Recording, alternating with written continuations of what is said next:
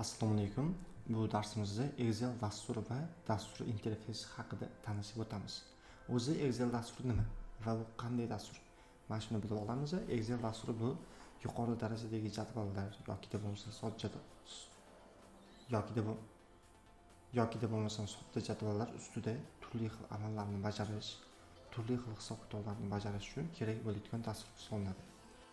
Excel dasturiga kirish yo'llari turlicha bo'ladi.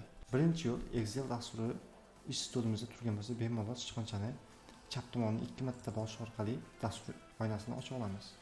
Va yana bitta yo'limiz esa pusk menusidan Excel deb yozsak, albatta chiqib keladi Excel dasturi, kirib olamiz.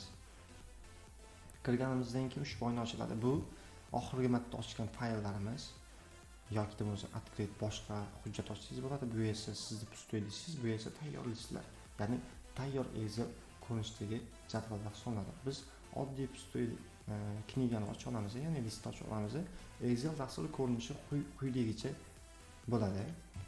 Tepadagi meni bu tezkor amallarni bajarish uchun kerak bo'ladigan tugmalar, menlar qatori, fayl, glavная выставка, menlar qatori, bu esa uskunalar paneli, bu formulalar paneli.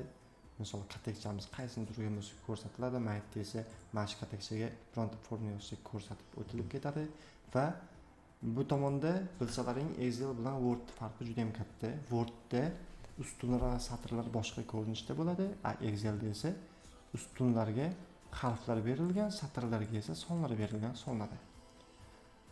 Yana bir qulaylik tomoni esa bitta misol aytaylik, Wordda bitta listda faqatgina bitta amalda bajarsangiz, Excelda esa listlarda turlicha amallarda bajarib o'tadigan qo'ysangiz bo'ladi. Excellarda aytaylik, bitta jadval qilsangiz, ikkinchi listga esa formula yozsangiz bo'ladi. Uchinchi listga esa boshqa amallarni bajarsangiz bo'ladi. Bir-biriga bog'liq o'tib ketib bemalol amallar bajarsangiz bo'ladi.